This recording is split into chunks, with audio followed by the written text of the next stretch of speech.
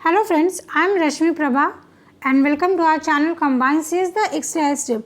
Today is mock 7 and the topic for today's mock is Operation Research.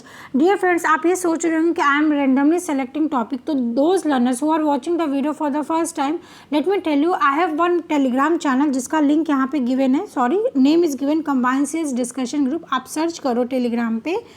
There I am providing the notification कि what we are going to discuss in today's mock test. तो आप अगर interested हो mock test के लिए तो आप उस ग्रुप को ज़रूर ज्वाइन करें जहाँ पे मैं प्रायर आपको नोटिफिकेशंस प्रोवाइड करती हूँ. Okay, so in this video we are going to talk about operation research important concept that can be understandable by the help of previous year question, and that question I have taken from previous year question of UGC NET. So let us see first question. This question has been asked in December 2019 and this was very easy question. तो पहला point यहाँ पे आपको ये समझना है, this is linear programming problem. This is very easy and this is not time consuming.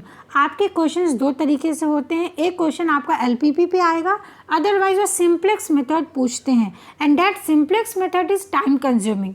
तो I hope ये फर्स्ट पॉइंट आपको यहाँ पे क्लियर हुआ होगा.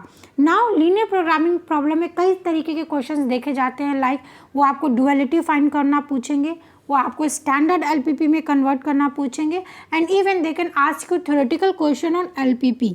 सो let us see how you are going to solve the question of this type. Now, first of all, we need to understand what is LPP problem. Linear programming problem in maths is a system process of finding maximum or minimum value of any variable in a function. It is also known by the name optimization problem. तो first question यहाँ पे ये बनता है, they can ask you either you need to calculate maximum or minimum, that depends on the objective function जो question में given रहेगा. Correct. And LPP का बेसिकली एप्लीकेशन होता है for optimization of given problem. Now a linear programming problem consist of linear function to be maximized और minimize subject to certain constraint in the form of linear equation और इन equalities. सो let us सी ये क्या है. तो आप यहाँ पे clearly देख सकते हो डियर फ्रेंड्स, ये सेम क्वेश्चन मैंने लिया है. क्वेश्चन में जो आपका ये फर्स्ट मैक्सिमाइज है, this is what objective function. तो इस क्वेश्चन में आपको यहाँ पे मैक्सिमम कैलकुलेट करना है, क्वेश्चन में आपको यहाँ पे मिनिमम कैलकुलेट करना भी वो पूछते हैं. Now subject to constant to whatever equations they have given, that equation is what linear equation and इसको हम बोलते हैं linear inequalities. It means either वो लेस देन इक्वल्स टू होगा, आइदर वो आपका ग्रेटर देन इक्वल्स टू होगा. Hence it is known as linear inequalities. And linear क्यों बोला जा रहा है? बिकॉज यहाँ पे आपका लीनियर इक्वेशंस है, क्वाड्रेटिक और क्यूबिक फॉर्मेट में नहीं गिवन है. तो this was the question. I hope आपको यहाँ पे ये समझा होगा कि what is LPP. Now let us see what are the points to consider while solving this type of questions. First is you need to know how to solve linear equation. Second thing, आपको graph plot करना आना चाहिए. Graph plot करने में बहुत सारे ऐसे learners है, दे वर आस्किंग कि मैम वेदर हमें ओरिजिन के टूवर्ड्स ग्राफ को प्लॉट करना है, आइदर ओरिजिन के बियॉन्ड करना है. तो in the question if they have given you less than, तो अगर यहाँ पे आपका लेस देन गिवन होगा तो ऑलवेज आप टूवर्ड्स ओरिजिन करोगे, अदरवाइज आप ओरिजिन के बियॉन्ड में जाकर उसको ड्रॉ करोगे. थर्ड थिंग कि when you are plotting a graph, ठीक है, तो जब आप ग्राफ को प्लॉट करते हो तो वहाँ पे आपके एक बॉन्डेड रीजन होगा, अदरवाइज एक अनबॉन्डेड रीजन होगा. तो बॉन्डेड मीन्स जो आपके बाउंड्री वॉल से घिरा हुआ है. तो अगर आपको ऐसा रीजन मिलता है, hence that is feasible solution, otherwise वो आपका अनबाउंडेड रीजन है. तो बेसिकली इसमें कई तरह के क्वेश्चंस पूछे जाते हैं. लीनियर प्रोग्रामिंग में आपको आइदर वो वैल्यूज कैलकुलेट करने के लिए पूछेंगे, otherwise what is bounded, what is unbounded, feasible, not feasible and optimal solution. This 6 type of questions आपके इस एक टॉपिक से बनता है. तो आई विल मेक अ वीडियो, उस वीडियो में मैं आपको बहुत डिटेल में एलपीपी समझा दूंगी by the help of a single question, so that कि आपको एग्जामिनेशंस में इसमें कोई भी डाउट ना रहे. तो इस क्वेश्चन को कैसे सॉल्व करना था, तो सिंपली आपको जो भी गिवन इक्वेशन था, आप देखो इस क्वेश्चन, ये क्वेश्चन कितना इजी था. आपको मैक्सिमम वैल्यूज कैलकुलेट करना है, करेक्ट. तो आप ऑप्शंस पे पहले देखिए. तो ऑप्शंस में ये क्या गिवन है कि जो जेड है, जेड की सबकी वैल्यूज इक्वल है, तो ठीक है, हम एलिमिनेट नहीं कर सकते.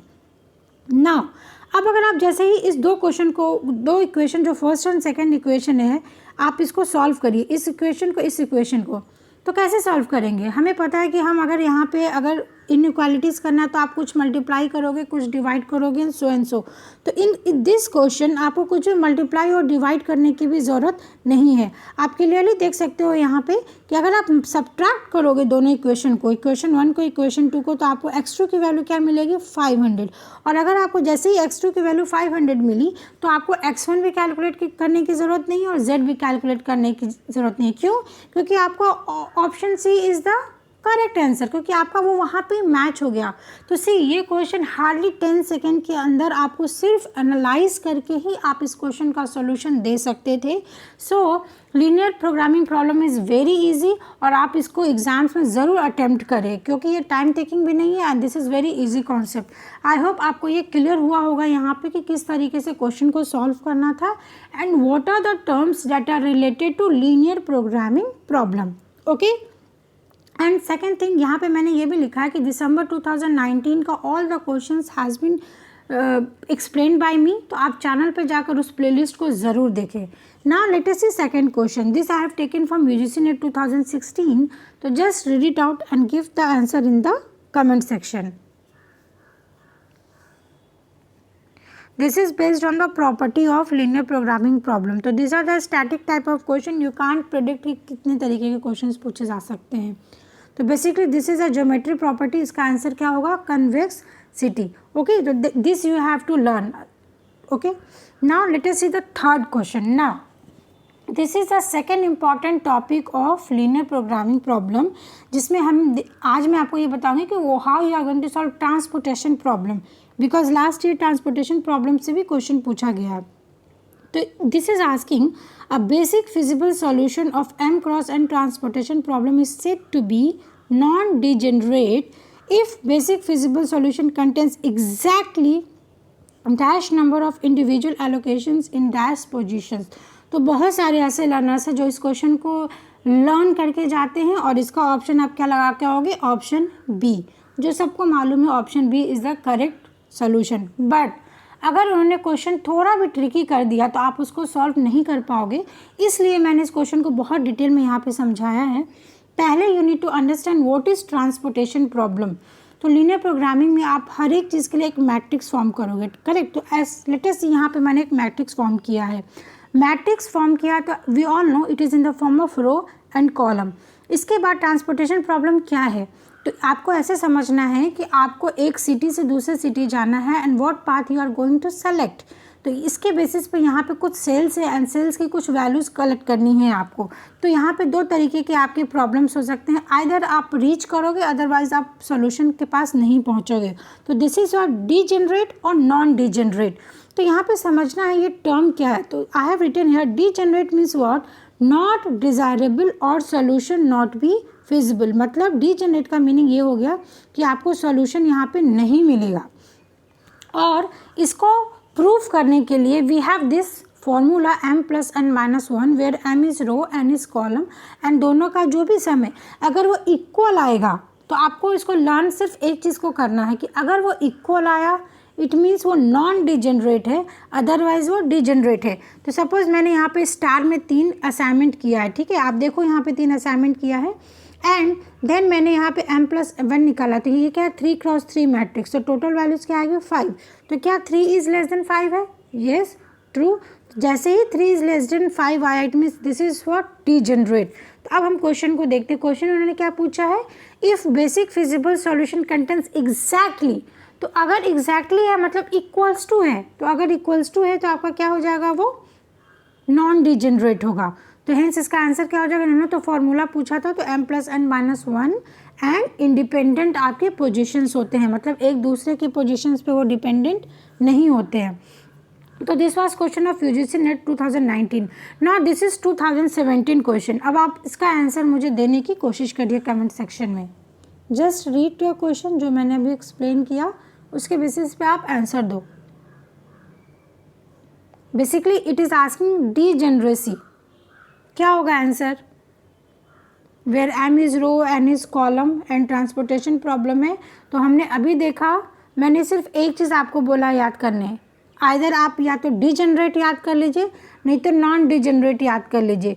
तो लेट अस सपोज मैंने नॉन डीजेनरेट याद किया है तो क्या होगा फॉर्मूला, तो हमने अभी देखा कि अगर आपका एलोकेशन इक्वल्स टू होता है तो वो नॉन डिजेनरेट होता है।